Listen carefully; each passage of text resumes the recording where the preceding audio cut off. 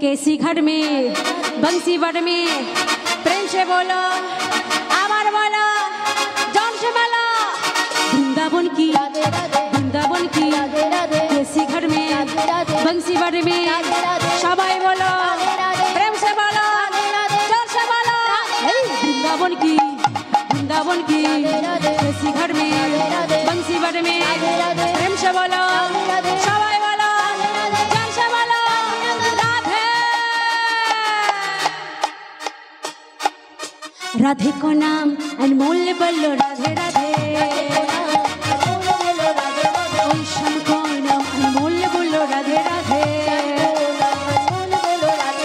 राधे राधे राधे राधे राधे राधे राधे राधे बो राधे राधे राधे राधे राधे राधे बो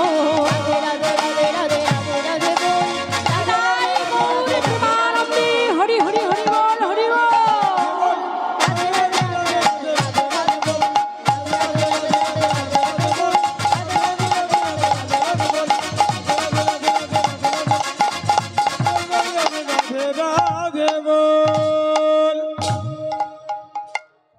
ভক্ত গোবিন্দ ঘোষের সঙ্গে ভক্তিমতী মায়ের শুভ পরিণয় সুসম্পন্ন ঘটে গেল। বিবাহ সমাপ্ত হয়ে গেল। নববধূরূপে সিঁথিতে সিঁদুর পরিয়ে দিয়ে ভক্তিমতীকে গৃহে আনলেন গোবিন্দ ঘোষ। আহা হা হা কেমনভাবে তাদের দিন কাটে।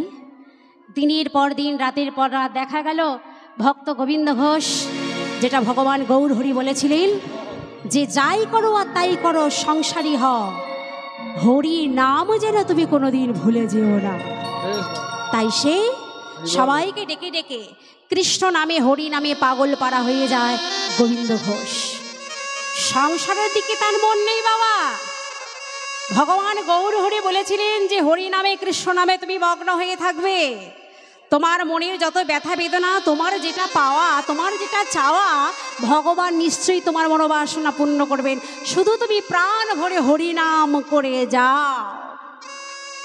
এটা শাস্ত্রের কথা। তোমার ভাবনা করার তুমি কে? কতটুকু ক্ষমতা আছে তোমার? তোমার ভাবনার একজনই ভাবে, তিনি হলেন আমাদের বিশ্বপিতা ভক্তের ভগবান।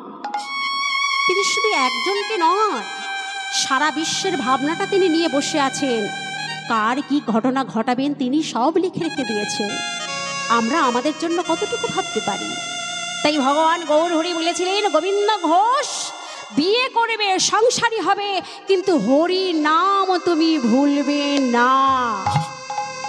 সে কথাটা মাথায় রেখে বিবাহের পর একজনকে গৃহবধূরূপে নবদম্পতি ঘরে আনলেন বটে, কিন্তু সংসারের দিকে তার মন বসে না। হরি নামে কৃষ্ণ নামে পাগল পাড়া হয়ে যায় ভক্ত গোবিন্দ ঘোষ। গ্রাম থেকে গ্রামান্তরে সবার কাছে গিয়ে তোরা বলে, ওরে চল চল সবাই মিলে তোরা কৃষ্ণ নামে হরি নামে মগ্ন হয়ে যায়। আমার তো মনের একটা বাসনা আছে। সকলে মিলে বলছে গোবিন্দ ঘোষ তোমার মনে বাসনা কি গো? আমার কি মনে বাসনা আছে জানো? শোনো শোনো শোনো, আমি কবে যাব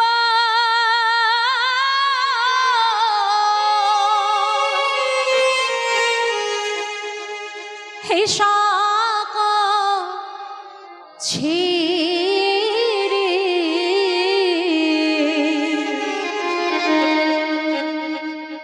ওই মধুর বৃন্দা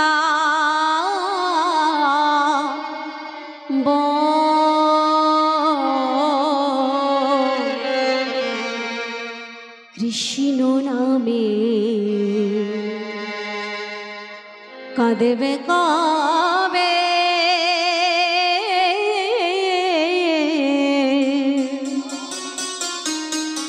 আমার পোড়া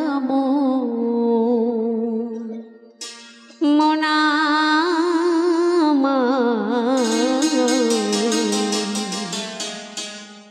কৃষ্ণ নামে কাঁদবে কবে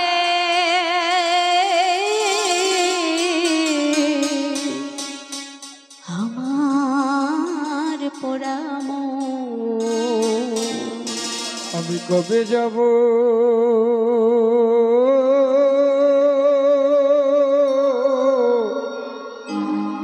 এই সকল ছেড়ে গো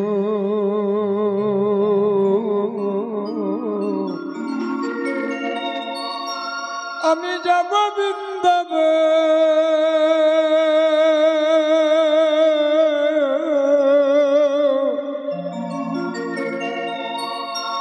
এই কৃষ্ণ নামে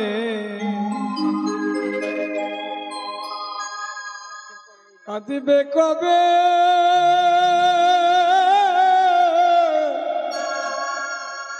আমার পোড়াম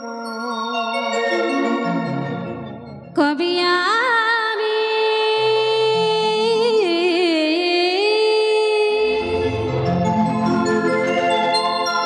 ওই কৃষ্ণ নামের নাম বলি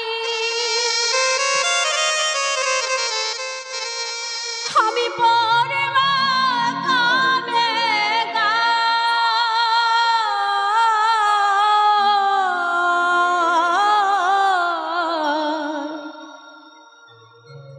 কৃষ্ণ নামে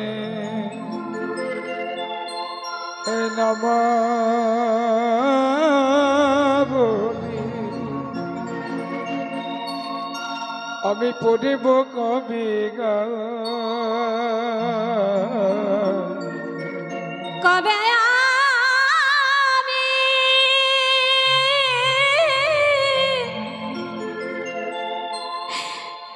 প্রাণ জুড়াব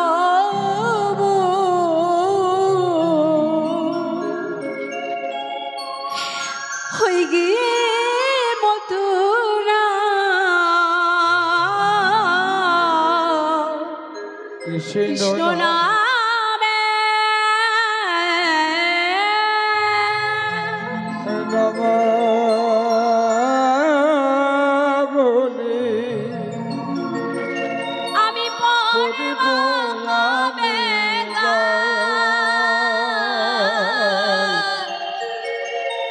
কবে আমি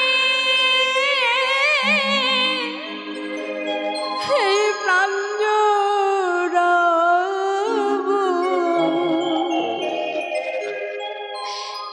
হয়ে গিয়ে মথুরা কারণ ওই কৃষ্ণ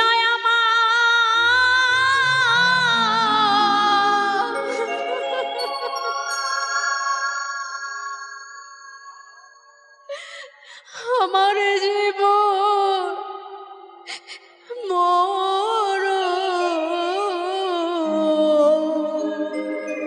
কৃষ্ণ আমার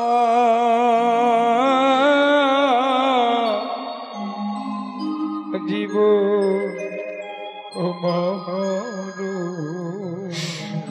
আমি কবে পাবো তা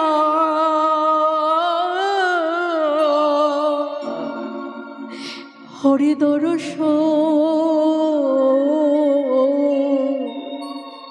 কৃষ্ণ নামে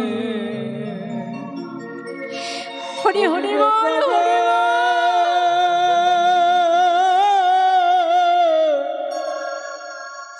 আমার পোড়াম হ্যাঁ গো, যার জন্য তুমি ভবের মাঝে এসেছো, যার জন্য এমন সাধের মানব জন্ম তুমি পেয়েছো, সেই কৃষ্ণ নামে মানব জন্ম পেয়ে যদি নয়নের বাড়ি না তুমি ফেলতে পারো, তোমার মানব জন্মে যে বৃথা গো। তুমি যখন ভবের মাঝে এসেছিলে,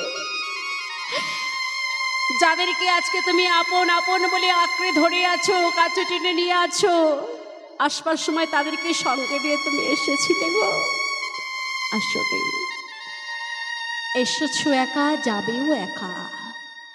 মাঝখানে যে সময়টা আমরা পার করে দিই, কৃষ্ণ নামে যদি না কাঁদলাম, কৃষ্ণ নামে যদি দুটি বাহু প্রসার না করলাম, কৃষ্ণ নাম করে যদি না সাধু সঙ্গ করতে পারলাম, মানব জীবনের কোনো মূল্য নেই গো। আজ ভক্ত গোবিন্দ ঘোষ গ্রাম হতে গ্রামান্তরে গিয়ে সবাইকে ডেকে ডেকে বলে, তাদের চরণতলে পড়ে বলে, ওগো কৃষ্ণ নামে মগ্ন হও, আর কোনো উপায় নেই। শুধু একদিন নয়, দ্বিদিন নয়, 1 বছর 2 বছর হতে হতে যখন 5 বছর এইভাবে কৃষ্ণ নামে পাগল পাড়া হয়ে গেলেন, দুটি বাহু প্রসার করে দিন রাত শয়নে স্বপনে নিদ্রায় জাগরণে কেবল কৃষ্ণ নামে পাগল, ভক্তিমতী তাদেরকে আর সহ্য করতে পারলেন না। 5টি বছর যখন এইভাবে কেটে গেল, দেখছে স্বামী সংসারের দিকে মন নেই। গোয়াল ঘরে একটা একটা করে গরু বাছুর যা ছিল, ওই না দেখার জন্য একটা একটা করে গরু বাছুর সব মারা গিয়ে গোয়াল ঘরটা শূন্য হয়ে যেতে বসেছে। চাষের যেটুকু জমি ছিল, না দেখার জন্য অনাবাদী হয়ে খাস হয়ে যেতে বসেছে। সংসারের দিকে তার মন নেই। স্ত্রীকে তার সিঁথিতে সিঁদুর পরিয়ে দিয়ে গৃহবধূ হিসেবে যে ঘরে এনেছিলেন, একদিনও জিজ্ঞাসা করে দেখেননি, কি গো তুমি সময়ে সেবা করছো তো, ভালো বসন করছো তো, তুমি ভালো আছো তো? একটা দিনের জন্য স্বামীর কর্তব্য তিনি পালন করলেন না, কেবল হরি নামে কৃষ্ণ নামে তিনি মগ্ন হয়ে থাকলেন। তাই ভক্তিমতী মা আমারা সহ্য করতে পারলেন না। একদিন স্বামীর সম্মুখে দাঁড়িয়ে বলছে, স্বামী এই 5 বছর তুমি যে তোমার ঘরে আমাকে নিয়ে এসেছো, একটা দিনের জন্য তুমি আমাকে জিজ্ঞাসা করে দেখেছো আমি কেমন আছি? দেখেছো? তোমার না দেখার জন্য গোয়াল ঘরে যে কটা গরু বাছুর ছিল, একটা একটা করে মারা গিয়ে গোয়াল ঘর শূন্য হয়ে যেতে বসেছে। চাষের যেটুকু জমি ছিল, তোমার না দেখার জন্য অনাবাদী হয়ে খাস হয়ে যেতে বসেছে। এইভাবে সংসারের দিকে তুমি যদি মন না দাও, স্বামীর কর্তব্য তুমি যদি না পালন করো, তুমি যদি গৃহবাসী না হও, আমি তোমায় কথা দিলাম, আগামী কাল হতে আমি যদি দেখি তুমি কৃষ্ণ নামে হরি নামে মগ্ন হয়ে আছো, তাহলে যে কৃষ্ণের নাম করে তুমি বেড়াও, ওই যে ছোট্ট মূর্তি কৃষ্ণ মূর্তি তুমি ঘরের মাঝে রেখে দিয়েছো, বসিয়ে রেখেছো, ওই কৃষ্ণ মূর্তি আমি গঙ্গার জলে ভাসিয়ে দেব।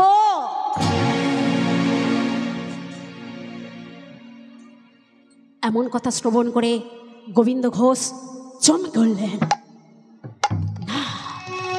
না, হতে পারে না, না প্রভু না, আমার প্রভু আমায় বলেছিলেন আমি গৃহবাসী হব, সংসারী হব, কিন্তু হরির নাম যেন না ভুলে যায়। আর সেই হরিকে ভক্তিমতী কিনা গঙ্গার জলে ভাসিয়ে দেবে বলছে না। গঙ্গার জলে যদি ভাসতেই হয়, আমার কৃষ্ণমূর্তি নয়, ওই গঙ্গার জলে যদি ভাসতে হয়, আমার তুচ্ছ জীবনকে আমি ভাসিয়ে দেব। ছুটে গিয়ে রাধা গোবিন্দের চরণতলে মস্তক লুণ্ঠন করছে গোবিন্দ ঘোষ। তুমি যদি ভগবান হও, তবে ভক্তকে তুমি এত কেন দুঃখ দাও? তুমি শক্তি দাও প্রভু, তুমি আমার ধৈর্য দাও, তুমি আমার উপায় বলে দাও আমি কি করব। তুমি যদি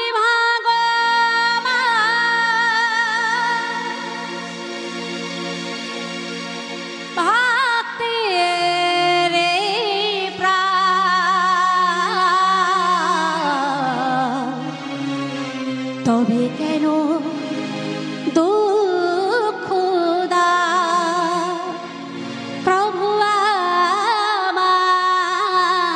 আমার, তবে কেন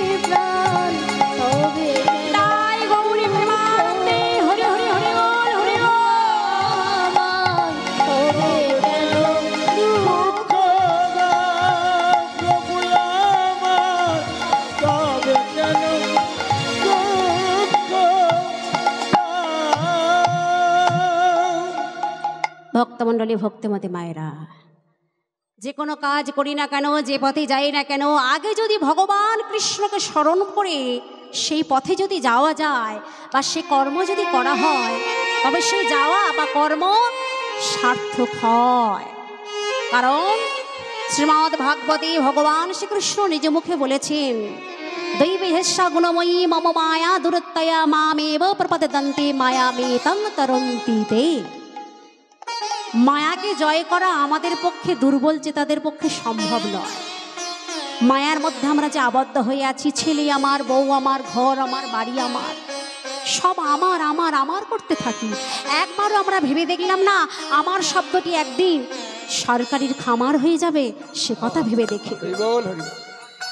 এই মায়াকে জয় করা আমাদের মতো দুর্বল চেতাদের পক্ষে সম্ভব নয়, কিন্তু যদি কৃষ্ণকে স্মরণ করা হয় তবেই সেই মায়াকে জয় করা সম্ভব হবে।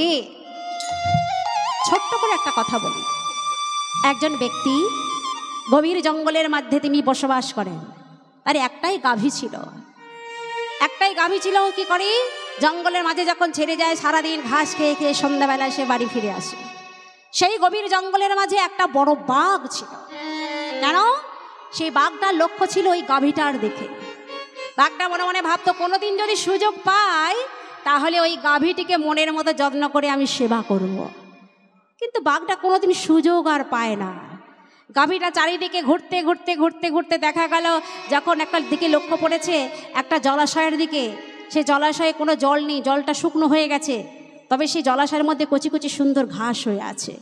সেই ঘাস দেখে গাভী মনে মনে ভাবছে যে আমি ওই সুন্দর সুন্দর ঘাসগুলো আজকে সেবা করব। এই ভেবে গাভীটা যখন জলাশয়ের দিকে গিয়ে জলাশয়ে যখন নেমেছে, দেখা গেল সে জানে না যে শুকনো হয়ে আছে, কোনো জল নেই, তার মধ্যে কেবল শুধু কাদা রয়েছে। তাই কাদার মধ্যে গাভীটার পাগুলো পুঁতে গেছে। কচি কচি ঘাস তারা সেবা করা হচ্ছে না, কাদার মধ্যে পুঁতে গেছে। অপরদিকে বাঘটার লক্ষ্য পড়ে গেল, এই তো গাভী আজ বিপদে পড়েছে, কাদার মধ্যে পুঁতে গেছে, আজ আমি ওকে মনের মতো যত্ন করে সেবা করব। কিন্তু বোকা বাঘ এ কথা জানে না। ওখানে গেলে ও যদি ওখানে যায়, ওর কাছে ও যে কাদার মধ্যে এমন করে পুঁতে যাবে এ কথা বোকা বাঘ সে জানে না। মনে আশায় নিয়ে আছে আজ আমি ওকে সেবা করব, কোথায় আছে সে কথা ভাবছে না। এই ভেবে বাঘটা যখন লাফ কেটে গিয়ে ওই গাভীটার কাছে গেছে, সঙ্গে সঙ্গে দেখা গেল সেই বাঘটার 4টি পাও তার কাদার মধ্যে পুঁতে গেছে। এক হাত ছাড়াছাড়ি রয়েছে, এদিকে গাভীটা রয়েছে, এদিকে বাঘটা রয়েছে।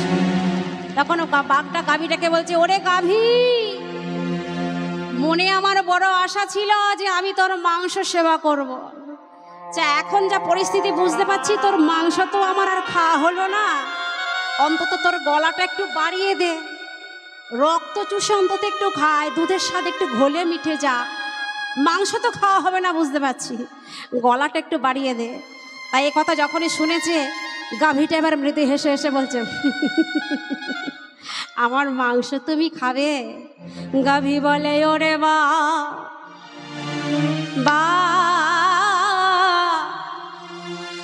ওরে বাঘ রে,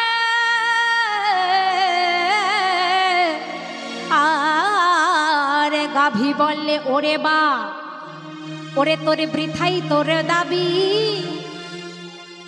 আমি মরে যাব না কিন্তু তুই তো মরে যাবি। ওরে আমি মরে যাব না কিন্তু তুই তো মরে যাবি।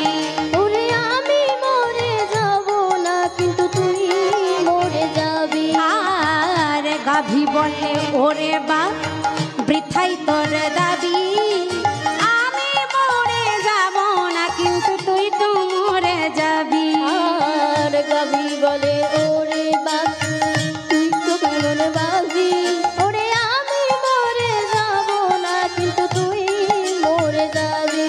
ওরে আমি মরে যাব না কিন্তু তুই মরে যাবি। ওরে আমি মরে যাব না কিন্তু তুই মরে যাবি। গাভী যখন বলছে আমি মরে যাব না কিন্তু তুই মরে যাবি, এই কথা শুনে বাঘ তো একেবারে ক্রোধান্বিত হয়ে উঠেছে। হিংস্র প্রাণী, সে বলছে আমি হলাম বাঘ, ওর থেকে হিংস্র প্রাণী আমি মারা যাব অথচ ও বেঁচে থাকবে? কি করে হয়? আমি মারা যাব কি করে, তুই বাঁচবি কেমন করে? শুনে ক্রোধান্বিত হয়ে এবার বাঘটা কি বলছে, শোন শোন শোন, ওরে গাভী, আমার মনের কথা তোকে বলি শোন। শুনে ক্রোধান্বিত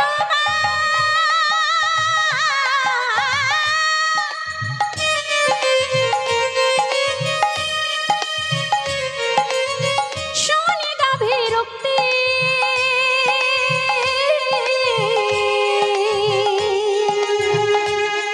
ওরে আমার যে তোর গায়ে কি বেশি আছে শক্তি, আমার যে তোর গায়ে কি বেশি আছে শক্তি, ওরে আমার যে তোর গায়ে কি বেশি আছে শক্তি, ওরে আমার যে তোর গায়ে কি বেশি আছে শক্তি। বাঘ যখন রেগে গিয়ে বলছে, আমি হলাম হিংস্র প্রাণী, তুই কি ভেবেছিস তুই বাঁচবি আমি মরে যাব, আমার দেখি গায়ে কি তোর বেশি শক্তি আছে যে তুই বেঁচে যাবি? তখন হেসে হেসে আবার গাভীটা বলছে, না না না না না রে বাঘ, শক্তির জন্য নয়, না না না না না রে বাঘ, শক্তির জন্য নয়, কারণ আমার ঘরে মালিক আছে কিন্তু তোর তো মালিক না। আমার ঘরে মালিক আছে, তোর তো ঘরে না। ওরে আমার ঘরে মালিক আছে তোর ঘরে না। গাভী বলছে, ওরে বাঘ শোন শোন, আমার ঘরে মালিক আছে না, সন্ধ্যা পর্যন্ত অপেক্ষা করবে আমার মালিক। সন্ধ্যা পর্যন্ত অপেক্ষা করে যদি দেখে যে আমি গৃহে ফিরিনি, আমার মালিক হাতে একটা ছোট্ট লণ্ঠন নিয়ে চারিদিকে খুঁজে খুঁজে বেড়াবে আর আমার নাম ধরে ধরে ডাকবে। আমার নামটা কি জানিস? বলে কি নাম তোর? আরে আমার নাম হলো শ্যামলী, শ্যামলী গাভী। হাতে লণ্ঠন নিয়ে যখন এই অন্ধকার নেমে আসবে চারিদিকে আমায় খুঁজে খুঁজে বেড়াবে, শ্যামলী শ্যামলী বলে ডাক দেবে। আর যদি আমাকে কোথাও না খুঁজে পায়, খুঁজে খুঁজে যদি এখানে এসে পৌঁছায়, যদি দেখে যে তোর পাশে এমনি করে আমি কাদার মধ্যে পুঁতে গেছি, আমার মালিক ভাবে তোর তারা খেয়ে বুঝি কাদার মধ্যে এমন পুঁতে গেছি, আমার মালিক কি করবে জানো? আমার মালিক তোর তাড়াতাড়ি কিসে মরণটা হয় তার ব্যবস্থাটা করবে, আর আমি কিসে উদ্ধার পেয়ে যাই আমার মালিক তার ব্যবস্থাটাও করবে। তাই ভক্তের ভগবান, ভক্তিমতী মায়েরা, আমাদের সবার মালিক যিনি আমার ভক্তের ভগবান, তাকে যদি আমরা আশ্রয় করি তাহলে দেখা যাবে মালিক আমাদের সময়ে বিপদের হাত থেকে রক্ষা করবে। তবে তাকে ডাকার মতো ডাকতে হবে, মালিককে আগে ধরে রাখতে হবে, তবেই তো মালিকটা উদ্ধার করবে। তাই কি বলছে, ওই মালিকের উপর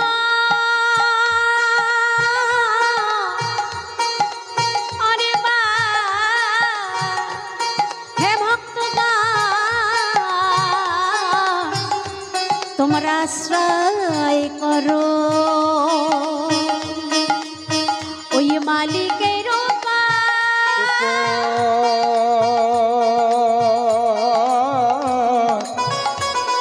তোমরা আশ্রয় করো। আহা, মালিকের পর যে জন দিতে পারে ভাই, মালিকের পর যে জন দিতে পারে ভাই। হে মালিক, আমার ভালো মন্দ, আমার দেহ মন প্রাণ সমস্ত ভার আমি তোমার উপরে ছেড়ে দিলাম। ভালো মন্দ কি করবে, বিচার কি করবে, তুমি সব করে দাও, তোমার উপরে ছেড়ে দিলাম। তাই মালিকের উপর যে জন দিতে পারে ভাই, মালিকের উপর যে জন দিতে পারে ভাই, তার কি হয় জানো? আহায় অনায়াসে ভব সিন্ধু হয়ে যায় সে পার। হরি হরি বল। আরে অনায়াসে ভব সিন্ধু হয়ে যায় পার। হলো কৃষ্ণ হরে কৃষ্ণ, কৃষ্ণ কৃষ্ণ হরে হরে, হরে রাম হরে রাম। সবাই মিলে বলো হরি হরি বল। হরে কৃষ্ণ কৃষ্ণ কৃষ্ণ কৃষ্ণ হরে হরে, হরে রাম রাম রাম। হরে হরে। তাই ভক্তমণ্ডলী, ভক্তিমতী মায়েরা, আমাদের সবার মালিক যিনি আমার অনাদিরাদি প্রাণ গোবিন্দ, সেই রাধাকৃষ্ণের চরণতলে বসে বসে গোবিন্দ ঘোষ বলছে, প্রভু তুমি আমাকে উপায় বলে দাও, আমি কোন পথে যাব। তুমি আমায় বলেছিলে সংসারের মাঝে থেকে তোমার নাম করতে, সনাতন ধর্ম সংসার ধর্ম বজায় রেখে ভগবানের নাম করতে তুমি আমায় বলেছিলে, কিন্তু প্রভু সংসারে যে বড় জ্বালা, এ জ্বালা সহ্য করে তোমার নাম কেমন করে নিশ্চিন্তে করি তুমি আমায় বলে দাও দয়াময়। তুমি আমায় বলেছিলে সংসারের জ্বালা যখন সহ্য করতে পারবো না, সংসারের জ্বালায় যখন নিষ্পেষিত হব, তখন তোমায় ডাকবো, তুমি আমায় দেখা দেবে। কই, তুমি তো এখনো আমায় দেখা দিলে না। কৃষ্ণমূর্তিটা আস্তে আস্তে বক্ষ মাঝে তুলে নিয়েই গভীর নিশীথে স্ত্রী ভক্তিমতীকে কিছু না জানিয়ে ধীরে ধীরে চললেন গঙ্গার ঘাটের উদ্দেশ্যে। যখনই গঙ্গার ঘাটের কাছে গিয়ে কৃষ্ণমূর্তিটা রেখে দিয়ে ধীরে ধীরে যখন নিজের প্রাণকে বিসর্জন দেবেন বলে গঙ্গার ঘাটে ধীরে ধীরে যখন নামছে, চরণ থেকে হাঁটু অবধি, হাঁটু থেকে কোমর অবধি, কোমর থেকে বক্ষ অবধি জলে যখন নেমেছেন, হঠাৎ গোবিন্দ ঘোষ দূর থেকে দেখতে পেলেন গঙ্গার তীর ধরে একজন আজার লম্বিত যুবা পুরুষ দুটি বাহু প্রসার করে বদনে কৃষ্ণ নাম হরিনাম গাইতে গাইতে চলেছে। ভজ শ্রী কৃষ্ণ কহ শ্রী কৃষ্ণ লহ শ্রী কৃষ্ণে নাম রে। ভজ শ্রী কৃষ্ণ কহ শ্রী কৃষ্ণ লহ শ্রী কৃষ্ণের নাম রে। ভজ শ্রী কৃষ্ণ কহ শ্রী কৃষ্ণ লহ শ্রী কৃষ্ণের নাম রে। ঝি জানা শ্রী কৃষ্ণ ভাজে, ঝি জানা শ্রী কৃষ্ণ ভাজে, সিহায় আমার প্রাণ রে। যে জানো সে কৃষ্ণ ভজে, সে হয় আমার প্রাণ রে। ভজ শ্রী কৃষ্ণ কহ শ্রী কৃষ্ণ লহ শ্রী কৃষ্ণের নাম রে। ভজ শ্রী কৃষ্ণ কহ শ্রী কৃষ্ণ লহ শ্রী কৃষ্ণের নাম রে। ভজ শ্রী কৃষ্ণ কহ শ্রী কৃষ্ণ লহ শ্রী কৃষ্ণের নাম রে। কে যায় এমন আজারে লম্বিত যুবা পুরুষ এই নদিয়ার মাঝে একজন মহাপুরুষ আছেন, তিনি হলেন আমার ভক্তির ভগবান নিমা। তবে ইনি কে? এমন করে কৃষ্ণ নাম হরিনাম গাইতে গাইতে চলেছেন, তিনি নিজ মুখে বলছেন যে কৃষ্ণ নাম ভজে সে হয় তার প্রাণ। তবে তিনি কে গো? কে গো এমন কৃষ্ণ নাম গাইতে গাইতে চলেছে? কে তুমি? ভক্তির ভগবান সেই নিমাই পণ্ডিত ধীরে ধীরে কাছে এসে বলছে, গোবিন্দ ঘোষ। কে? আমি তোমার নিমাই পণ্ডিত। প্রভু, প্রভু তুমি এসেছো, আমার ডাকে তুমি সাড়া দিয়েছো প্রভু, এই অধমকে কৃপা করবে বলে তুমি এসেছো প্রভু। আগে তুমি উত্তর দাও, এই গভীরে নিশীথে একা একা গঙ্গার জলে তুমি কি করছো? প্রভু, তুমি আমায় বলেছিলে আমি হরিনাম না ভুলে যেতে, কৃষ্ণ নাম না ভুলে যেতে, কিন্তু আমি যখন হরিনাম কৃষ্ণ নাম গাইছি, আমার স্ত্রী আমায় বলল আমি যদি কৃষ্ণ নাম না বন্ধ করি তবে কৃষ্ণমূর্তি গঙ্গার জলে ভাসিয়ে দেবে। তুমি বলেছিলে আমি যখন সংসারে জ্বালা সহ্য করতে পারবো না তুমি আমায় দেখা দিবে, তোমাকে ডাকলে এই তো আমি দেখা দিলাম। প্রভু তুমি বলে দাও, তুমি যখন আমায় দেখা দিলে তাহলে বলে দাও আমার উপায় কি হবে? আমি কি কৃষ্ণ নাম ভুলে যেতে পারি? তুমি তো জানো প্রভু কৃষ্ণ নাম ছাড়া আমি কখনো বাঁচতে পারবো না। যে হরির নাম, যে কৃষ্ণ নাম আমার দেহ মন প্রাণ শীতল করে দেয়, যে কৃষ্ণ নামে করলে আমার সমস্ত দুঃখ দূরীভূত হয়ে যায়। তুমি বলো সেই দেহ শীতল করা কৃষ্ণ নাম আমি কেমন করে ভুলে যাই? তুমি আমাকে উপায় বলে দাও, আমার উপায় কি হবে? আমি কোনটা রাখবো তুমি বলে দাও। গোবিন্দ ঘোষের মস্তকে হস্ত রেখে নিমাই পণ্ডিত বললেন, গোবিন্দ ঘোষ আজ থেকে তোমার সংসারে আর কোনো অশান্তি দেখা দেবে না। তোমার সংসারে আনন্দের বন্যা বয়ে যাবে, গোয়াল ঘর পরিপূর্ণ আবার গরু বাছুরে ভরে যাবে, সুন্দর করে তুমি চাষের কাজে মন দেবে, মাঠ ভরা ফসল ফলবে। তবে আজ থেকে 1 বৎসর পরে তোমার গৃহ আলো করে চাঁদের মতো একটা ফুটফুটে পুত্র সন্তান জন্ম নেবে। বলো তো তুমি তার কি নাম রাখবে? কি বললে প্রভু? সংসারে আরো কোনো অশান্তি হবে না, মাঠ ভরা ফসল পাবো, গোয়াল ভর্তি গরু বাছুর পাবো। আজ থেকে 1 বছর পরে আমার গৃহ আলো করে আমার সন্তান আসবে, আমি সন্তানের জনক হব। ও প্রভু, তুমি যখন সবই বলে দিলে, যে সন্তান আমার ঘরে আসবে সেই সন্তানের কি নাম রাখবো ওটা তুমিই বলে দাও। ভগবান বললেন, সেই সন্তানের নাম রেখো গোপী না। আনন্দে আত্মহারা হয়ে প্রভুর চরণের প্রণাম জানিয়ে গোবিন্দ ঘোষ চললেন গৃহাভিমুখে। অপরদিকে ভক্তিমতী মা আমার দুকর একত্রিত করে আমার রাধা গোবিন্দকে উদ্দেশ্য করে বলছে, ওগো কৃপাময়, ওগো দয়াময়, একটিবার তুমি কৃপা করো, একটিবার তুমি দয়া করো প্রভু। আমি জানি না, মনের অজান্তে আমি আমার স্বামী থেকে অনেক অকথা কুকথা বলেছি, তাই বুঝি আমার স্বামী আমায় ছেড়ে চলে গেছে। তুমি আমার স্বামীকে ফিরিয়ে দাও, হে জগৎ স্বামী, তুমি আমার স্বামীকে ফিরিয়ে দাও। এই জগৎ স্বামী প্রাকৃত জগতের স্বামীকে ফিরিয়ে দাও। জগৎ স্বামীকে ডাকলে তবে না ইহকালের স্বামী ভালো থাকে। জগৎ স্বামীকে যদি বলা হয়, হে জগৎ স্বামী, তুমি আমার ইহ জগতের এই যে স্বামী আছে, প্রাকৃত জগতের যে স্বামী আছে, একে তুমি সুস্থ রাখো, ভালো রাখো। বাহির জগতের স্বামীকে চরণ সেবা পূজা করলে তবেই না জগৎ স্বামীকে পুজো করা হয়। তুমি আমাকে কৃপা করো, আমার স্বামীকে তুমি আমার কাছে ফিরিয়ে দাও। বারবার ভগবানকে উদ্দেশ্য করে মাস্তাক লুণ্ঠন করছে, আর দেখা দাও, কৃপা করো, কৃপা করো বলতে বলতে অপরদিকে গোবিন্দ ঘোষ বলছে, ভক্তিমতী, ভক্তিমতী কে? আমি গোবিন্দ ঘোষ। তুমি ফিরে এসেছো? ছুটে গিয়ে স্বামীর চরণটা জড়িয়ে ধরেছে। স্বামী, তুমি আমাকে ক্ষমা করে দাও, মনের অজান্তে অনেক অকথা কুকথা তোমায় বলেছি। আজ আমি তোমায় কথা দিলাম, আজ থেকে তুমি যা চাইবে, তুমি যা বলবে সেটাই আমি করব।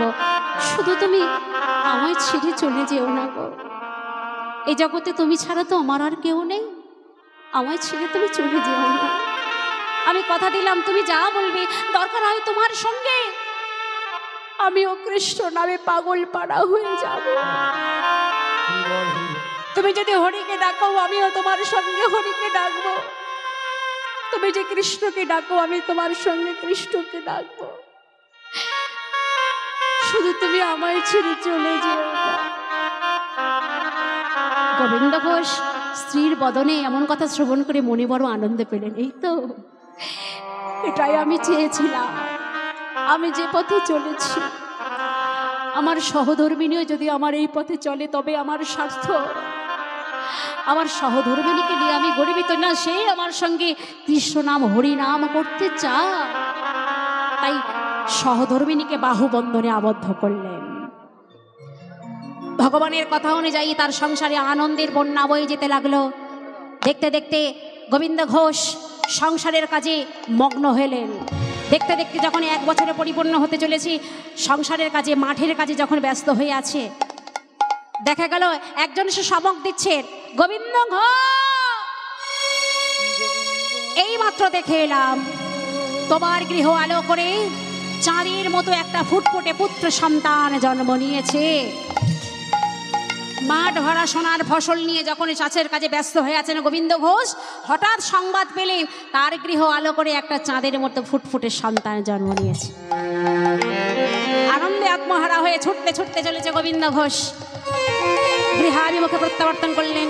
সুতিকা মন্দির অর্থাৎ আতুর ঘরে প্রবেশ করে সন্তানের এই চাঁদ বদন দর্শন করে সমস্ত দুঃখ তার দূরীভূত হয়ে গেল।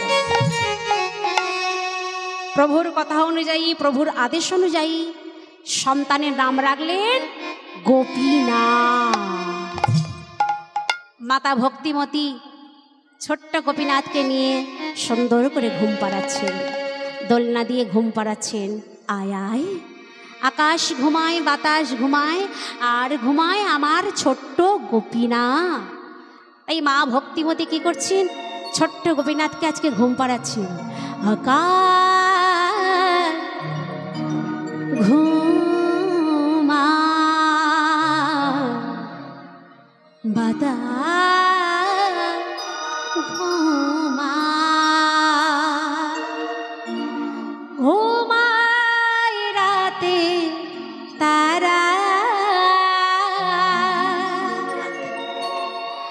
আমার সোনার মানিক ঘুমা, ঘুমাই নয়ন তারা।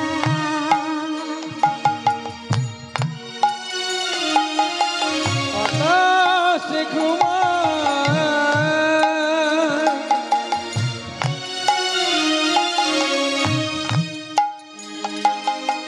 বাতাস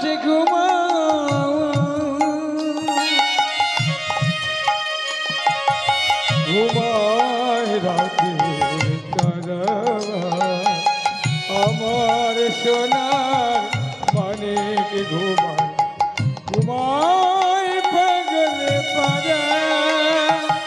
আকাশ ঘুমায়, বাতাস ঘুমায়, ঘুমায় রাতের তারা, আমার সোনার মানিক ঘুমায়, ঘুমায় নয়ন তারা। আকাশ ঘুমায়, বাতাস ঘুমায় রাতের তারা, আমার সোনার মানিক ঘুমায়, ঘুমায় নয়ন তারা।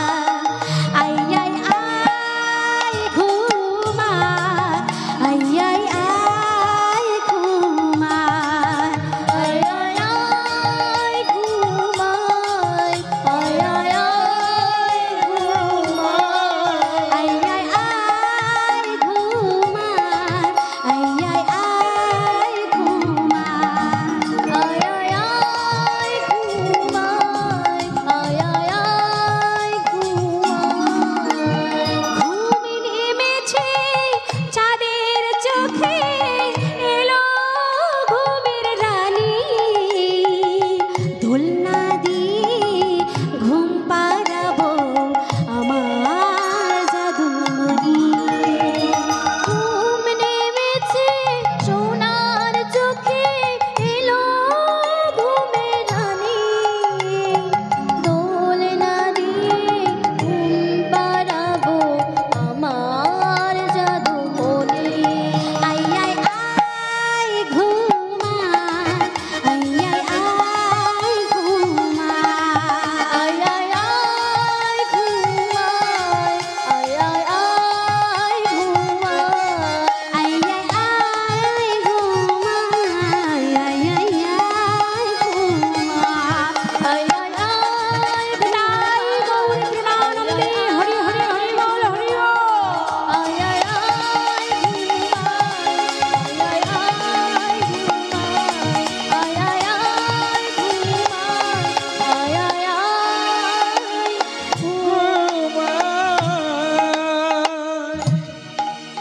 ভক্তমণ্ডলী, ভক্তিমতী মায়েরা, দেখতে দেখতে দেখা গেল গোপীনাথের যখন শশীকলা নাই ধীরে ধীরে বড় হচ্ছে।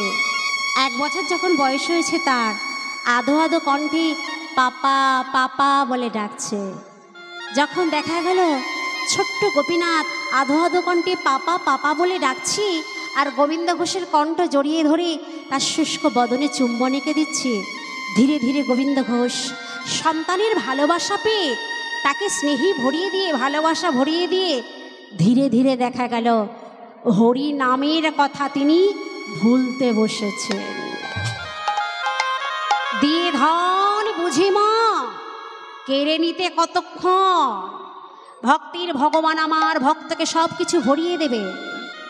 সমস্ত কিছু ভরিয়ে দেবেন, অর্থ সম্পদে সম্পর্কে ভরিয়ে দেবার পরে যে ভক্ত দেখেন যে সমস্ত সম্পর্ক নিয়ে, অর্থ নিয়ে, সম্পদ নিয়ে সব কিছু পেয়ে যে আমার ভগবানকে ভুলে যায়, তার দশাতে এমনই হয়। আর সর্বস্ব পেয়েও যে আমার ভগবানকে ডাকে, তার জন্য কাঁদতে থাকে, ভগবান তার কাছে না এসে থাকতে পারেন না। ছোট্ট একটা কথা বলি, একজন মা, তার 3টি ছোট ছোট ছেলে আছে। মা গৃহকর্ম করতে যাবেন বলে কিছু খেলনা দিয়ে সন্তানদের কাছে দিয়ে গৃহকর্মের দিকে চলে গেলেন। 2টি ছেলে খেলনাগুলো পেয়ে আনন্দে ভুলে গিয়ে তারা খেলা শুরু করতে লেগেছে। একটা ছেলে কিন্তু খেলনাগুলো পেয়েও সে মা মা করে কাঁদছে। মা দেখছে 2টো ছেলে ভুলে গেছে খেলনা পেয়ে, কিন্তু একটা ছেলে আমার জন্য কাঁদছে। মা সব কর্ম ফেলে রেখে দিয়ে ছুটে গিয়ে সন্তানকে কোলে জড়িয়ে ধরলেন, কারণ মা দেখলেন আমি ছাড়া এর কান্না বন্ধ করানো যাবে না। তাই মা নিজেই চলে আসলেন। বিশ্বপিতা ভগবান আমাদের বিশ্বের মাঝে পাঠিয়ে দেওয়ার সময় সুন্দর সুন্দর খেলনা দিয়ে পাঠিয়েছেন। খেলনাগুলো হলো কেউ মাতা, কেউ পিতা, কেউ পুত্র, কেউ কন্যা। এই খেলনাগুলো পেয়ে যারা ভুলে গেছে তাদের কাছে ভগবান সহজে যাবেন না, কিন্তু এই খেলনাগুলো পাবার পরেও যে ভগবানের নামে ডাকে, তার জন্য কাঁদে, ভগবান দেখেন এর সব কিছু ভরিয়ে দেবার পরেও আমার কৃপা ছাড়া এর কান্না বন্ধ করানো যাবে না। অতএব আমার কৃপা একে করতেই হবে।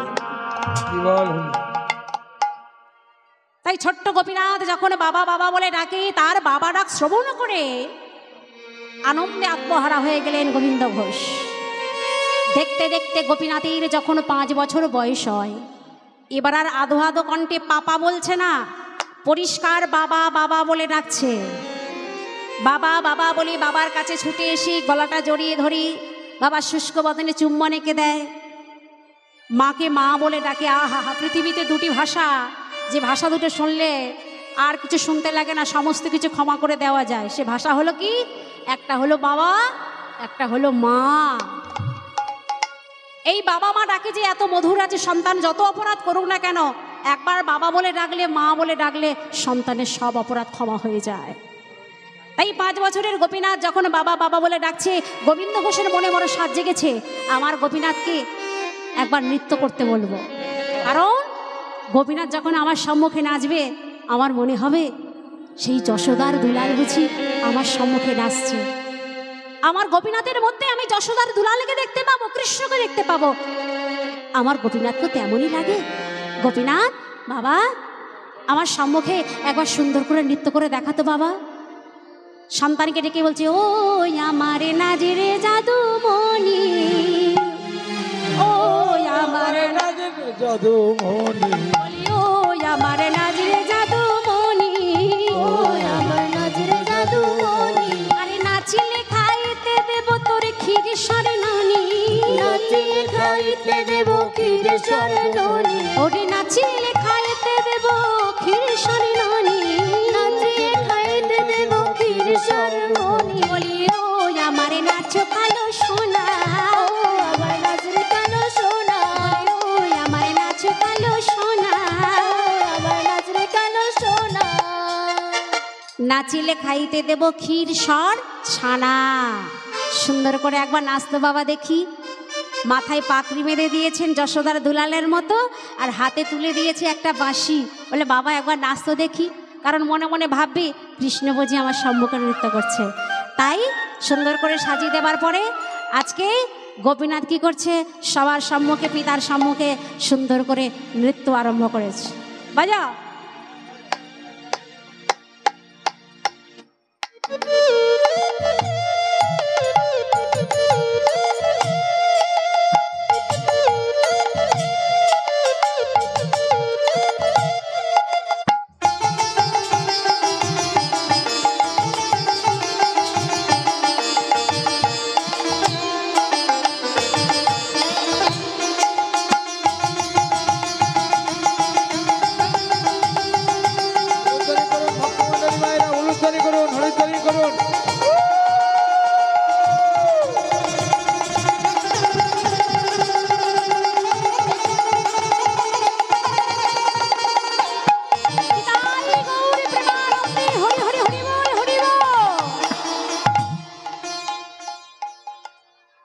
নৃত্য করতে করতে 5 বছরের গোপীনাথ হঠাৎ মৃত্তিকা পড়ে যায়। ছুটে গিয়েই গোবিন্দ ঘোষ সন্তানকে বক্ষ মাঝে জড়িয়ে ধরে। গোপীনা, কি হয়েছি বাবা? এমনভাবে নৃত্য করতে করতে কেন মৃত্তিকা পড়ে গেলি বাবা? সন্তানের অঙ্গ স্পর্শ করে গোবিন্দ ঘোষ বুঝতে পারলেন তার গোপীনাতে জ্বর হয়েছে। সন্তানকে বক্ষ মাঝে তুলে নিয়ে ছুটতে ছুটতে গৃহাভিমুখে প্রত্যাবর্তন করলেন। শুধু গৃহে নয়, বক্ষ মাঝে জড়িয়ে ধরে সন্তানকে নিয়ে ছুটতে ছুটতে চললেন কবিরাজের কাছে।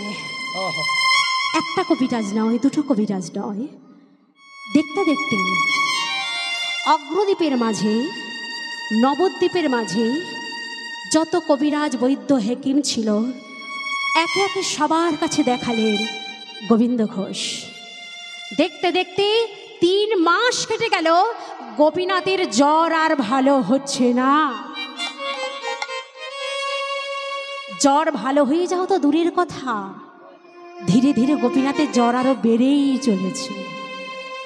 সত্য ফোঁটা পদ্মের মতো যার অঙ্গ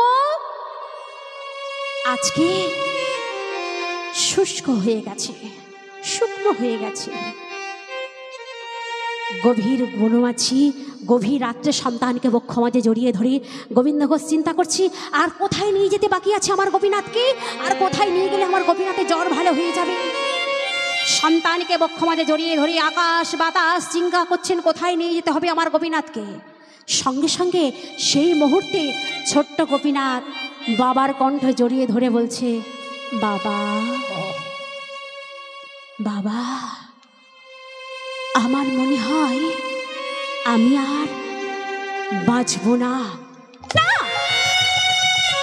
না গোপীনাথ, না, তুই আমার ছেড়ে চলে যেতে পারিস না গোপীনাথ। আমার বাবা বলা পাখি তুই, হরি বলা পাখি তুই, আমাকে ছেড়ে তুই কোনোদিন যাবি না বাবা। আর কখনো একথা বলবি না বাবা, একথা বলতে নেই, একথা কোনোদিন বলবি না। সন্তানকে বক্ষ মাঝে জড়িয়ে ধরেছিলেন তিনি। সন্তানের মুখে মৃত্যুর কথা শ্রবণ করে সন্তানকে আরো নিবিড় ভাবে জড়িয়ে ধরেছি।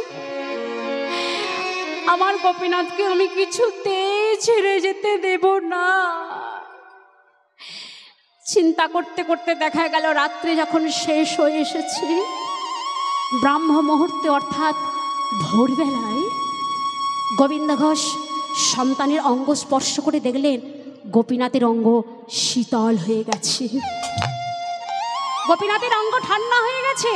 গোবিন্দ ঘোষ মনে মনে ভাবছে, এই তো আমার গোপীনাথের জ্বর ভালো হয়ে গেছে। কতদিন আমি ওর মুখে বাবা ডাক শুনি নাই, কতদিন ওর মুখে আমি মধুমাখা কৃষ্ণ নাম শুনে নাই। এই তো গোপীনাথ, তোর তো জ্বর ভালো হয়ে গেছে বাবা। এবার আমাকে প্রাণ ভরে ভালো করে একবার বাবা বলে ডাকতো দেখি। আমার গলাটা জড়িয়ে ধরে সে আগের মতো বাবা বলে ডাকবে। আমার বদনে, এই শুষ্ক বদনে তুই চুম্বন এঁকে দেবে। তোর এই মধুমাখা, তোর বদনে এই মধুমাখা একবার কৃষ্ণ নাম তুই শ্রবণ করাবি আমাকে। বল বাবা, বল আমাকে একবার বাবা বলে ডাক। একি গোপীনাথ আমাকে বাবা বলে ডাকছে না কেন? অপেক্ষা করছে, হয়তো আমার গোপীনাথ আমার প্রতি অভিমান করেছে, রাগ করে হয়তো আমার সাথে কথা বলছে না। বেশ, প্রভাতকাল হয়ে গেলে আমার বাবাদের মায়েদের কাছে গিয়ে জিজ্ঞাসা করবো আমার গোপীনাথ কেন কথা বলছে না। অপেক্ষা করতে করতে যখনই প্রভাতকাল হয়ে গেছে, তখন গোপীনাথকে বক্ষ মাঝে জড়িয়ে ধরে অগ্রদীপবাসীদের কাছে গিয়ে বলছে, ও বাবা, ও মা, আপনারা দেখুন না মা, আজকে আমার গোপীনাথে 3 মাস হয়ে গেল জ্বর হয়েছিল জানেন। আমার গোপীনাথের যখন জ্বর হয়েছিল তখন আমাকে ভালো করে বাবা বলে ডাকতে পারেনি, ভালো করে কৃষ্ণ নাম শোনাতে পারেনি, আমার শুষ্ক বদনে ভালো করে চুম্বন দিতে পারেনি। কিন্তু আমি জানি না আজকে ভোরবেলা যখন দেখলাম আমার গোপীনাথের অঙ্গ শীতল হয়ে গেছে, গোপীনাথের জ্বর ভালো হয়ে গেছে, কিন্তু কেন জানি না আমাকে যে কেন বাবা বলে ডাকছে না, আমি এটা বুঝতে পারছি না। আপনারা দেখুন না আমার গোপীনাথের কি হয়েছে, দেখুন না আমার গোপীনাথ কেন বাবা বলে ডাকছে না। দেখুন না, আপনারা ওকে ডেকে দেখুন না, জিজ্ঞাসা করে দেখুন না কেন আমাকে বাবা বলছে না। অগ্রদীপবাসী বয়োজ্যেষ্ঠ মানুষ তারা এগিয়ে আসলেন, বল বল বল বল বল। বাবারা মায়েরা পায়ে পায়ে এগিয়ে আসলেন, পায়ে পায়ে এগিয়ে এসে বললেন,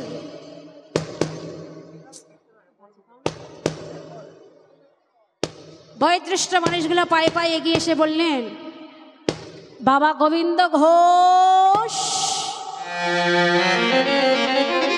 তোমার গোপীনাথ। হ্যাঁ বলুন, আমার গোপীনাথ, আমার গোপীনাথের জ্বর হয়েছিল। হ্যাঁ বলুন, আপনারা চুপ করে থাকবেন না। তোমার গোপীনাথ মারা গেছে। না! বলো এ হতে পারে না, এ হতে পারে না। আপনারা সকলে ছলনা করছেন আমার তুমি সঙ্গে। নাই আমার।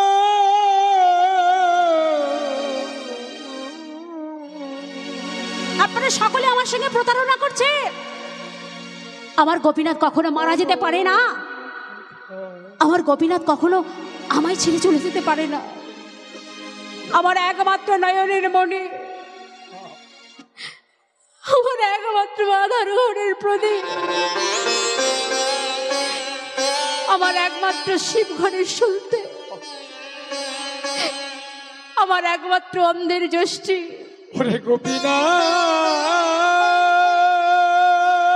যাকে কত ভালোবাসা দিয়ে কত যত্ন করে তিল তিল করে আমি বড় করে তুলছিলাম, সেই গোপীনাথ কখনো আমায় ছেড়ে চলে যেতে পারে না। আপনারা সবাই মিথ্যে বলছে। গোবিন্দ ঘোষ মৃত সন্তানকে জড়িয়ে ধরে বক্ষ মাঝে, আর তুমি থেকো না বাবা। সন্তানের দেহ তুমি সৎকার করে। সৎকার না, আমার গোপীনাথকে কখনো আমি সৎকার করতে পারবো না। আমার গোপীনাথের দেহ আমি নিজে হতে কোনোদিন সৎকার করতে পারবো না। আপনারা নিষ্ঠুরের মতো অমন করে আমায় বলবেন না। সন্তানকে বক্ষ মাঝে জড়িয়ে ধরে গোবিন্দ ঘোষ অঝর নয়নে কাঁদছে। ভক্তির ভগবান আর সহ্য করতে পারলেন না। এক বাউলের বেশ ধারণ করে গোবিন্দ ঘোষের সম্মুখে এসে বলছে, গোবিন্দ ঘোষ, তুমি কার জন্য কাঁদছ? মৃত সন্তানকে বক্ষ মাঝে জড়িয়ে ধরে আর কতক্ষণ তুমি কাঁদবে? যাও, সন্তানকে তুমি সৎকার করে এসো। তুমি যার জন্য কাঁদছ, তুমি যখন এই পৃথিবীতে এসেছিলে, আসবার সময় তুমি কি তাকে সঙ্গে নিয়ে এসেছিলে? আজ্ঞে না, তুমি এসেছিলে একা। যার জন্য কাঁদছো ওকে তুমি সঙ্গে নিয়ে আসোনি। তবে কাঁদবার কোনো প্রয়োজন নেই। কারণ কি জানো? যেমন কর্ম তেমনি ফল। যে যেমন কর্ম করবে, কর্ম অনুযায়ী সে ফল করবে। যে যেমন ঋণ করবে, ঋণ তাকে পরিশোধ করতেই হবে। তুমি বিলম্ব না করে তুমি তোমার সন্তানের দেহকে সৎকার করে এসো। সন্তানের দেহকে বক্ষ মাঝে জড়িয়ে ধরে গোবিন্দ ঘোষ এক পা দুপা করে হাঁটছে। ওগো ভক্তির ভগবান, আমি তো তোমার কাছে সংসার চাইনি, আমি তো তোমার কাছে সন্তানও চাইনি। এই জগতে আমি তোমার চরণ নিয়েই বাঁচতে চেয়েছিলাম। তোমার চরণ ছাড়া আমি হতে চাইনি প্রভু। আমি তোমার কাছে কোনোদিন এটা প্রার্থনা করিনি প্রভু, তুমি সংসার দাও, সন্তান দাও। আমার শুধু প্রার্থনা একটাই ছিল যে তোমার চরণ ছাড়া যেন কোনোদিন করে দিও না। তুমি যদি আমার সংসার দিলে, সন্তান দিলে, দিয়ে তুমি আবার কেন কেড়ে নিলে দয়াল? কেড়েই যদি নেবে তবে কেন তুমি আমায় দিয়েছিলে? বলো দয়াময়। সন্তানকে বক্ষ মাঝে জড়িয়ে ধরে নিয়ে চলেছে। ভক্তমণ্ডলী, ভক্তিমতী মায়েরা, প্রত্যেক পিতামাতা একটা পুত্র সন্তানের আশা করে। কারণ মৃত্যুর পর সেই পুত্র সন্তান কাঁধে করে নিয়ে যাবে। মৃত্যুর পর সেই পুত্র সন্তান গলদোষে কাঁচা কাপড় বাঁধবে। মৃত্যুর পর সেই সন্তান মুখাগ্নি করবে। আজকে বিধাতার কি উল্টো হয়ে গেছে দেখুন। যে সন্তানের কাঁধে চড়ে পিতার শ্মশানে যাবার কথা, আজকে সেই সন্তান পিতার কোলে চড়ে চলেছে মহাশ্মশানের উদ্দেশ্যে। হায় রে বিরে! সন্তানকে বক্ষ মাঝে জড়িয়ে ধরে এক পা দুপা করে যখন শ্মশানের মাঝে উপস্থিত হয়েছে। মনে মনে চিন্তা করছে, এই চাঁদ বদনে আমি কিছুতেই আগুন দিতে পারবো না, সন্তানকে আমি বালিঘাট করব। তাই সন্তানকে রেখে দিয়ে বালুকা খনন করতে লাগলেন। বালুকা খনন করে গর্ত খুঁড়ে সন্তানকে শয়ন করে দিয়ে চরণ থেকে বালুকা টানছে। টানতে টানতে যখনই গলা পর্যন্ত বালুকা টেনেছেন, চাঁদ বদনটুকু আর চাপা দিতে পারছি না। করে চাপা দেবে বলুন? এই বদনে তাকে কতবার বাবা বলে ডেকেছি, এই বদনে কতবার কৃষ্ণ নাম হরি নাম করেছে, এই বদনে শুষ্ক বদনে কতবার আমায় চুম্বন দিয়েছে আমার গোপীনাথ। আমি চাঁদ বদনটা কি করে চাপা দেব? গোপীনা, ও গোপীনা, বিদায় বেলায় যাবার বেলায় আমাকে একবার শুধু বাবা বলে ডাকতো। বাবা, একবার শুধু বাবা বলে ডাক, আমি আর তোকে কোনোদিন বলবো না। একবার বাবা বলে ডাক না রে। ওরে গোপীনা,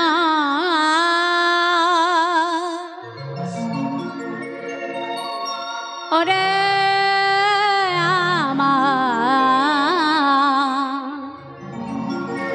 আমার নয়নের মনি, একবার বাবা বলে গোপীনা। কে বাবা বলে ডাকবে? যার দেহ খাঁচা হতে প্রাণ পাখিটা উড়ে পালিয়ে গেছে, সে কি আর বাবা বলে ডাকতে পারে? গোপীনাথ কিছুতেই আর বাবা বলে ডাকলো না। তাই বালুকা আবার তার বদন পর্যন্ত চাপা দিয়ে দিলেন। দেখা গেল যখনই গঙ্গা স্নান করতে নেমেছেন, গঙ্গা স্নান করে একটা ডুব দিয়ে যখন মস্তক উত্তোলন করেছেন, সঙ্গে সঙ্গে মস্তকে আঘাত। পিছনে ফিরে তাকিয়ে দেখলেন একটা কালো কষ্টি পাথর নদীর জলের উপর দিয়ে ভাসতে ভাসতে চলেছে। সেই কালো কষ্টি পাথরটা তাই মস্তকে আঘাত করেছে। মনে মনে ভাবছে, গুরুমুখে শুনেছি পাথর জলে ভাসে, কিন্তু নয়নে তো কোনোদিন দেখিনি। এই পাথরও যখন জলে ভাসছে, নিশ্চয়ই কোনো সাধারণ পাথর হতে পারে না। ছুটে গিয়ে সেই কালোকষ্টি পাথর থেকে নিয়ে আসে, সাঁতার দিয়ে নিয়ে এসে তুলে বলছি, ওরে কালোকষ্টি পাথর, তুই যখন ভাসতে ভাসতে চলেছিলিস, নিশ্চয়ই কোনো সাধারণ পাথর হতে পারিস না। ওরে কষ্টি পাথর, আমি আমার গোপীনাথের যে সৎকার কার্য সমাপন করছি, গোপীনাথের মস্তকের কাছে আমি তোকে রেখে গেলাম। কেন জানিস? এই গভীর জঙ্গলের মাঝে কত জীব জন্তু না জানি আবার ছোট গোপীনাথের অঙ্গে আঘাত হানবে, তুই আমার গোপীনাথকে দেখিস কেমন। এই বলে কষ্টি পাথরটাকে রেখে দিয়ে নয়নের অশ্রু মুছতে মুছতে গোবিন্দ ঘোষ গৃহাভিমুখে প্রত্যাবর্তন করছেন। গৃহের কাছাকাছি যখন এসে গেছে, গোপীনাথের বয়সে একটা ছোট্ট বালক ছুটতে ছুটতে এসে বলছি, গোবিন্দ কাকা, গোবিন্দ কাকা, তুমি যখন গোপীনাথকে শ্মশানে নিয়ে গেলে, তখন ভক্তিমতী কাকিমা রাধা মাধবের চরণ তলে মাথা ঠুকতে ঠুকতে মারা গেছে। বাহ, এই তো সম্পূর্ণ হয়ে গেল। স্ত্রী চাইনি, তুমি স্ত্রী দিয়েছিলে, সেই স্ত্রীকে তুমি কেড়ে নিলে। সন্তান চাইনি, তুমি সন্তান দিলে, সন্তান কেড়ে নিলে। সংসার চাইনি, তুমি সংসার দিলে, তুমি আমাকে সর্বহারা করে দিলে। যা চাইনি তুমি আমায় দিলে, দিয়ে আবার কেড়ে নিলে। কেন দয়াল? আমি এটাও জানি, পরম ভক্তকে তুমি সহজে ছেড়ে দাও না, তাকে তুমি আঘাত করো, অনেক অনেক যন্ত্রণা দাও। আমি জানি তুমি আমায় কোনো পরীক্ষা করছো, তাই আমার আঘাতে আঘাতে ব্যথায় ব্যথায় জর্জরিত করে দিচ্ছ। তোমার কাছে শুধু একটাই প্রার্থনা, কিছু আমার চাই না, আঘাতটা সহ্য করবার মতো যেন শক্তিটুকু তুমি আমার দিও। কারণ শক্তির বাঁধ আমার ভেঙে যেতে চলেছে, আমি আর ধৈর্য রাখতে পারছি না। আঘাতে যত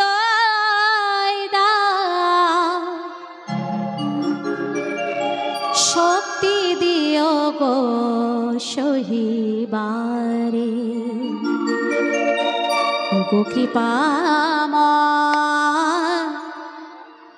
ও গো দয়াময়, ও গো কৃপাময়,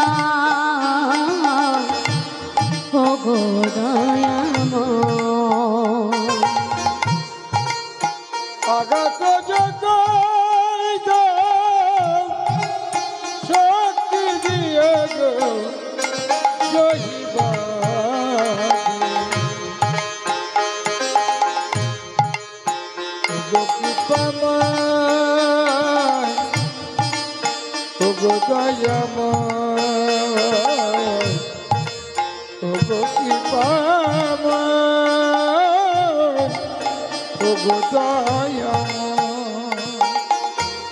কেহ যদি না চাই মরে আমার কোনো ক্ষতি না, কেহ যদি না চাই মরে আমার কোনো ক্ষতি না। জগতে যারা যারা আছে কেউ যদি আমায় না চায় তাতে আমার কোনো দুঃখ নয় প্রভু, কিন্তু তুমি না চাইলে পরে আমি যে সবে হারা, জীবনে মরণে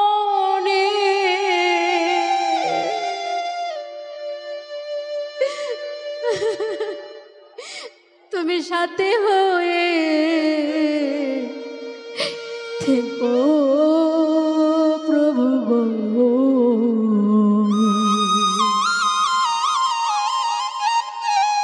গো কৃপাময়, ও গো দয়াময়।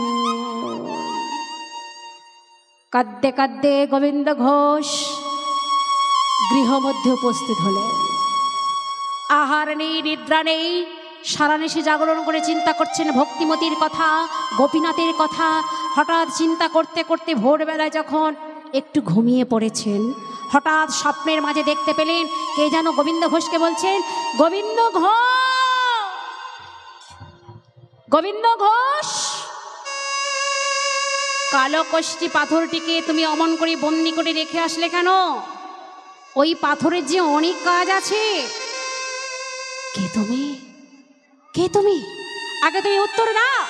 কালো কষ্টি পাথরটিকে তুমি অমন করে বন্দি করে রাখলে কেন? ওকে দায়িত্ব দিলে কেন? ওর অনেক কাজ আছে। তুমি এক কাজ করো, ওই কালো কষ্টি পাথরটিকে খোদাই করে শ্মশানের মাঝে না রেখে, কালো কষ্টি পাথরটিকে খোদাই করে তুমি বরং একটা পাথরের গোপীনাথ তৈরি করো। গোবিন্দ ঘোষ বলছে, পাথরের গোপীনাথ? কি হবে আমার? কি হবে পাথরের গোপীনাথ তৈরি করে? ওই পাথরের গোপীনাথ সে কি কোনোদিন আমাকে বাবা বলে রাখবে? ওই পাথরের গোপীনাথ আমি যখন মারা যাব, মৃত্যুর পর সে কি আমার জন্য গলদেশে কাঁচো কাপড় বাঁধবে? ওই পাথরের গোপীনাথ আমি যখন মারা যাব, সে কি কোনোদিন আমার মুখাগ্নি করবে? উত্তর দা, উত্তর দা। তোমার যা যা মনের আশা আছে, ওই পাথরের গোপীনাথ তোমার সমস্ত মনোবাসনা পূর্ণ করবে। পাথরের গোপীনাথ আমাকে বাবা বলে রাখবে? না না না, আর আমি আর বিলম্ব করব না। পরদিন প্রভাত কাল হতে ছুটতে ছুটতে চলেছেন, সেই কালো কষ্টি পাথরটাকে নিয়ে এসে পুম্পা থেকে ভাস্কর ডেকে এনে একটা কালো কষ্টি পাথরের গোপীনাথ তৈরি করে মন্দিরে স্থাপন করলেন। গোবিন্দ ঘোষ নিত্যদিন পাথরের গোপীনাথকে সেবা দিয়ে যান, এই ভেবে অচল গোপীনাথ কবে সচল হয়ে আগের মতো গোপীনাথ হয়ে আমাকে বাবা বলে ডাকবে। নিত্যদিন সেবা দিতে যান, দিতে দিতে দেখা গেল তার বেশ বয়স হয়েছে, আর ভালো চোখে দেখতে পাচ্ছে না, তুলসী পাত্র চয়ন করতে পারছেন না, পুষ্প চয়ন করতে পারছেন না। হাত রাতে কোনো রকমই মন্দিরের মধ্যে প্রবেশ করে পাথরের গোপীনাথকে সেবা দেয়। একদিন ওই মন্দিরের মধ্যে প্রবেশ করে গোপীনাথের চরণ দুটি জড়িয়ে ধরেছে। গোপীনাথ, কতদিন আমি তোর সেবা দিয়ে গেলাম, কবে তুই আমায় বাবা বলে ডাকবি রে? কবে তুই আমার গোপীনাথ হয়ে আমাকে বাবা বলে ডাকবি? কবে কবে তুই বাবা বলে ডাকবি? আজ তোকে আমি বাবা বলিয়ে তবে ছাড়ব। আজ তুই যদি না আমাকে বাবা বলে ডাকিস, তোর চরমতলে আমার এই মস্তক লুণ্ঠন করতে করতে আমার প্রাণকে আমি একেবারে শেষ করে ফেলব। এই বলে পাথরের গোপীনাথের চরণে গোবিন্দ ঘোষ বারবার মস্তক লুণ্ঠন করছেন আর বলছে, দেখা দে গোপীনাথ, দেখা দে, দেখা দে গোপীনাথ, দেখা দে, দেখা দে গোপীনাথ, দেখা দে। যখনই দেখা দে বলে বারবার মস্তক লুণ্ঠন করছেন, এমতো সময় দূর থেকে ভেসে আসছে কে যেন মন্দির প্রাঙ্গণ হতে সুমধুর কণ্ঠে বলে ওঠে, বাবা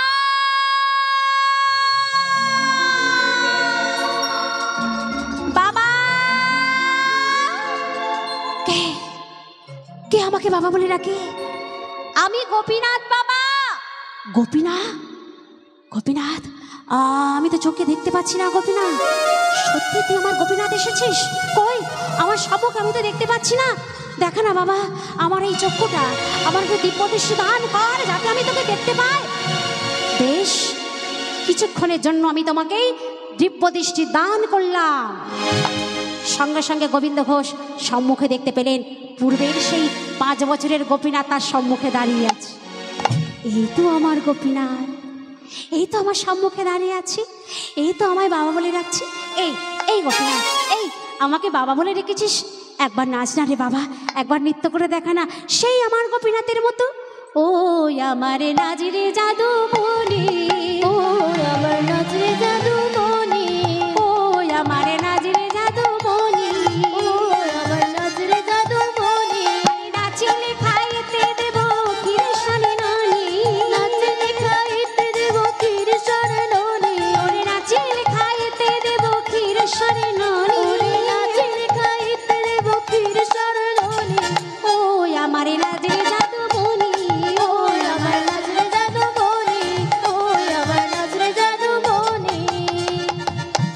5 বছরের গোপীনাথের মতো গোবিন্দ ঘোষের সম্মুখে সুন্দর করে ভগবান গোপীনাথ পুত্ররূপে এসে পিতার সম্মুখে সুন্দর করে নৃত্য করে দেখিয়ে দিলেন। যখন নৃত্য করে দেখিয়ে দিলেন, নৃত্য শেষ হয়ে যাওয়ার পরে আবার দেখা গেল ভক্তের ভগবান অন্তর্ধ্যান হয়ে গেলেন। যেমন পাথরের গোপীনাথ তেমন পাথর হয়ে গেলেন। আবার তিনি দিব্য দৃষ্টি হারিয়ে ফেললেন। গোপীনাথ, এই গোপীনাথ, আর তুমি তোকে দেখতে পাচ্ছি না। এই গোপীনাথ, বাবা বলে না। গোপীনাথ, এই গোপীনাথ, বাবা বলে ডাকতে ডাকতে মস্তক লুণ্ঠন করতে করতে গোবিন্দ ঘোষ গোপীনাথের চরণে মৃত্যুবরণ করলেন। অপরদিকে অগ্রদ্বীপবাসী গ্রাম মনে মনে চিন্তা করছে, গোবিন্দ ঘোষ সেই যে গোপীনাথের মন্দিরে প্রবেশ করেছি, এখনো তো ফিরে এলো না। দেখা যাক কি করছে, একবার দেখে আসি তো। গ্রামবাসীগণ সবাই মিলে একে একে গিয়ে যখনই মন্দিরের দরজাটা খুলে দিয়েছে, দেখতে পাচ্ছে কি গোবিন্দ ঘোষ গোপীনাথের চরণে মাথা নত করে পড়ে আছে। গোবিন্দ ঘোষ, ও গোবিন্দ ঘোষ, গোবিন্দ ঘোষ। সঙ্গে সঙ্গে উল্টে পড়ে গেলেন গোবিন্দ ঘোষ। বুঝতে আর কারোর বাকি রইল না যে গোবিন্দ ঘোষ ইহ জগৎ ছেড়ে একেবারের মতো চলে গেছে। অগ্রদ্বীপবাসীগণ সবাই মিলে বলা বলি করছে, আচ্ছা ভগবানের সেবার সামগ্রী যেগুলো এনেছিল, এখন এগুলো নিয়ে আমরা কি করব? বলুন তো মা, বাবা, ভক্ত বড় না ভগবান বড়? কে বড়? ভক্ত বড়। ভগবানের সেবার জন্য যে সামগ্রী এনেছিলেন, সে ভগবানের সেবা দেওয়া হলো না। ভক্ত গোবিন্দ ঘোষকে বিদায়ের সাজে সাজিয়ে দিচ্ছেন তন চন্দন আর তুলসীপত্র দিয়ে। বিদায়ের সাজে সাজিয়ে দিয়ে সবাই মিলে স্কন্ধ করে নিয়ে চলেছেন মহা শ্মশানের উদ্দেশ্যে। শ্মশানের মাঝে উপস্থিত হয়ে কাঠের উপর কাঠ তুলে দিয়ে চিতারচনা করে গোবিন্দ ঘোষকে শয়ন করিয়ে দিয়ে সবাই চিন্তা করছেন যে গোবিন্দ ঘোষের মুখাগ্নি কে করবে। সবাই যখন চিন্তিত অবস্থায় এমতো সময় দেখা গেল ছোট্ট একটা বালক দূর থেকে ছুটতে ছুটতে এসে গোবিন্দ ঘোষের মুখে অগ্নিসংযোগ করেছে। ওই যে নীলে বরণ শিশু ছুটে ছুটে আসে, নীলে বরণ শিশু ছুটে ছুটে আসে, নীলে বরণ শিশু ছুটে ছুটে আসে, নীলে বরণ শিশু ছুটে ছুটে আসে। তবে হ্যাঁ, হাতে নেই এই মুরলিতা, মস্তকে নেই পাখা, হাতে নেই মুরালিতা, মস্তকে নেই পাখা, হাতে নেই মুরলিতা, মস্তকে নেই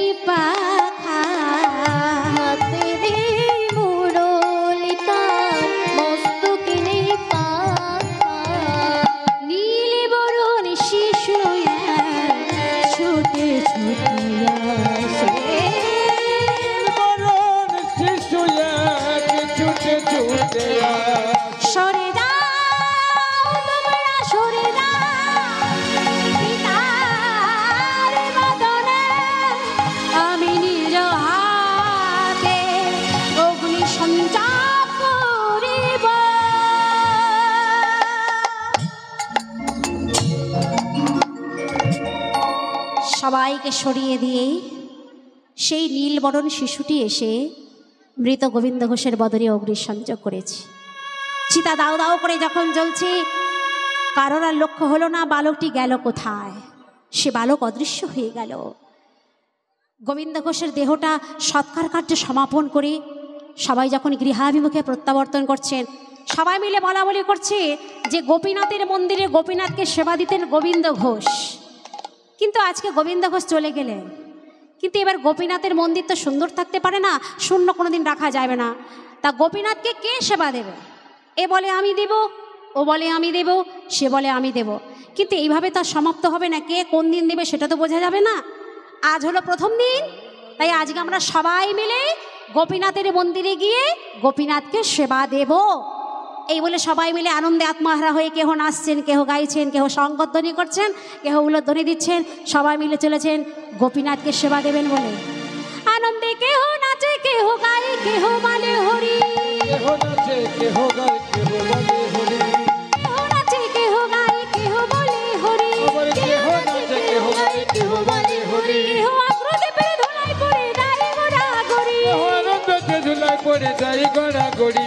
আনন্দতে ধুলায় পড়ে যায় গড়াগড়ি। বলে হরি, বলে হরি বল, হরি বলো হরি বল, হরি বলে হরি বল। হরি বলো হরি বল। বাবা উঠেছে আনন্দের ওলে, হরি বলে হরি বল। উঠেছে আনন্দের দোলে, হরি বলো হরি বল। উঠেছে আনন্দের ওলে, হেলে বলে হরি বল। লেগেছে আনন্দের দোলে, হরি বলো হরি বল। অগ্রদীপের ধুলায় পড়ে যায় গড়াগড়ি। এবার অগ্রদীপে ধুলায় পড়ে যায় গড়াগড়ি। এবার অগ্রদীপে ধুলায় পড়ে যায় গড়াগড়ি।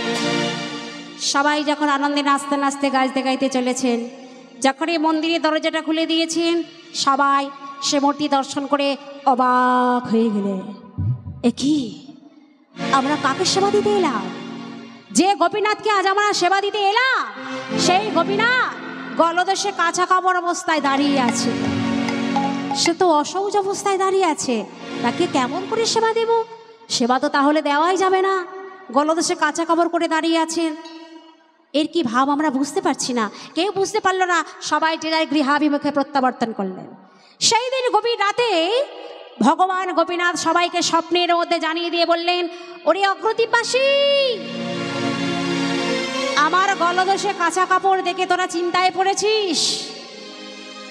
আমি কেন গলদেশে কাঁচা কাপড় বেঁধেছি জানিস? আমার পিতা গোবিন্দ ঘোষ যে মারা গেছে রে, আমি তাকে কথা দিয়েছি, কথা তো আমায় রাখতেই হবে। তাই পিতা মারা গেছে বলে আমি নিজেই গলদেশে কাঁচা কাপড় পরে দাঁড়িয়ে আছি। তবে তোদের কাছে আমার একটা অনুরোধ, আমার পিতা শ্রাদ্ধের দিন তোরা একটা মহোৎসবের আয়োজন করবি, যে মহোৎসবের নাম দিবি গোবিন্দ মহোৎসব। চৈত্র মাসের দ্বিতীয়া একাদশী তিথিতে নবদ্বীপের পর স্টেশন অগ্রদ্বীপে এখনও ভগবান গোপীনাথ নিজে হাতে প্রসাদ বিতরণ করেন। সেখানে গেলে সেবা পাবে সবাই। আপনারা যদি প্রশ্ন করেন যে মা, সেখানে গেলে গোপীনাথের হাতের সেবা, ওই প্রসাদ আমরা সেবা করতে পারবো তো? তাকে দেখতে পাবো তো? এই নয়নে দেখতে পাবেন, তবে যদি দেখার মতো নয়ন থাকে। সব নয়ন অর্থাৎ মৃত নয়নে ভগবানকে দর্শন করা যায় না। দেখার মতো যদি নয়ন থাকে, তাহলে সেই নয়নে ভগবান গোপীনাথকে দর্শন করতে পারবেন। ভগবান গোপীনাথ ভক্তের ভগবান, যুগে যুগেই এইভাবে ভক্তের মনোবাসনা তিনি পূর্ণ করে থাকেন। আপনারা সকলে নিশ্চয়ই বুঝতে পারছেন আমার লীলা শেষ হয়ে এসেছে, এবার আমার বিদায় নেবার পালা। আমার বিদায় প্রাক্কালে আপনাদের সবাইয়ের কাছে আমার সবিনয়ের প্রার্থনা, আপনারা সবাই মিলে শঙ্খধ্বনি উলধ্বনি করবেন। ভক্ত ভগবানের মিলন। আজকে ভগবান ভক্তের মনোবাসনা যুগে যুগেই পূর্ণ করে থাকেন। আর ভগবান যে লীলা করেছেন ভক্তকে নিয়ে, সেই ভক্তলীলা করেছিলেন এই কারণে, আমাদের মতো জীবদের শিক্ষা দেবার জন্য তিনি ভক্তলীলা করেছেন, বুঝিয়েছেন ভক্ত কত বড় ভগবানের জন্য ত্যাগী হতে পারে। তাই আসুন আমরা সবাই মিলে সেই মিলন গান গাই। যুগে যুগে ভগবান অবতার হলো, ভক্তের মনোবাঞ্ছা পূরণ করিল। যুগে যুগে ভগবান অবতার হলো, ভক্তের মনোবাঞ্ছা পূরণ করিল।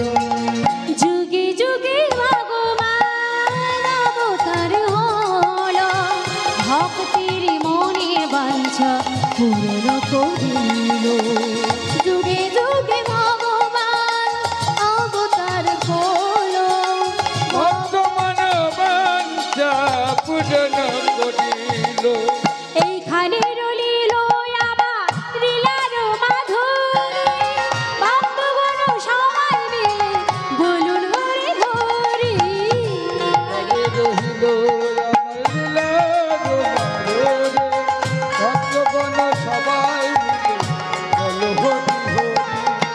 এইখানে রহিল আমার লীলার মাধুরী, ভক্তগণ সবাই মিলে বলুন হরি হরি। এইখানে রহিল আমার লীলার মাধুরী, ভক্তগণ সবাই মিলে বলো হরি হরি। রাধে গোবিন্দ বলো রাধে গোবিন্দ, রাধে গোবিন্দ বলো বৃন্দাবন চন্দ্র। রাধে গোবিন্দ বলো রাধে গোবিন্দ, রাধে গোবিন্দ বলো শ্রী রাধে গোবিন্দ। রাধে গোবিন্দ বলো রাধে গোবিন্দ, রাধে গোবিন্দ বলো বৃন্দাবন চন্দ্র। রাধে গোবিন্দ বলো রাধে গোবিন্দ, তাই গৌর প্রেমানন্দে হরি হরি গো। বলো শ্রী রাধে গোবিন্দ, রাধে গোবিন্দ বলো শ্রী রাধে গোবিন্দ। ভক্তমণ্ডলী ভক্তিমতী মায়েরা, যথায় হয় হরি নাম সংকীর্তন, সেই স্থান হয় মধুময় সেই বৃন্দাবন। এই বৃন্দাবনে আমার রাধা গোবিন্দ এখানে আছেন, তাই আসুন আমার বিদায় প্রাক্কালে একবার রাধা কৃষ্ণের যুগলে দিয়েই আমরা সকলে একটি যুগল গান গাই। আপনারা একটি শঙ্খধ্বনি উল্লোধ্বনি করবেন আর তালা তালা করতালি দেবেন। সবাই মিলে আমার সঙ্গে একটু কণ্ঠে কণ্ঠ মিলিয়ে বলবেন, কেমন?